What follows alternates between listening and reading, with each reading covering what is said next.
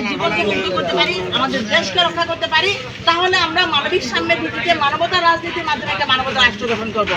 যে রাষ্ট্র হবে মানবিক ঐক্যের ভিত্তিতে, মানবিক সাম্যের ভিত্তিতে, যেখানে মানুষের কোনো ভেদাভেদ থাকবে না। মানুষই হবে সুপ্রিম পাওয়ার। রাষ্ট্রের মালিক আমরা সবাই, আমরা বিভিন্ন ধর্মে, বিভিন্ন গোত্রে, বিভিন্ন শ্রেণী, বিভিন্ন ভাষার মানুষ আছি। আমরা সবাই এক, সবার সৃষ্টিকর্তা একজন।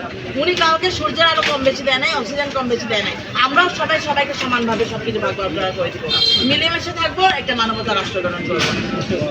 আমাদের মার্কা হচ্ছে আপেল। আমরা নতুন রাজনীতি নিয়ে আসছি আপনাদের কাছে, মানবতা রাজনীতি। আমাদের সাথে থাকবেন, মানবতার পক্ষে থাকবেন, একটা মানবতা রাষ্ট্র গঠন করবো আমরা সবাই মিলে।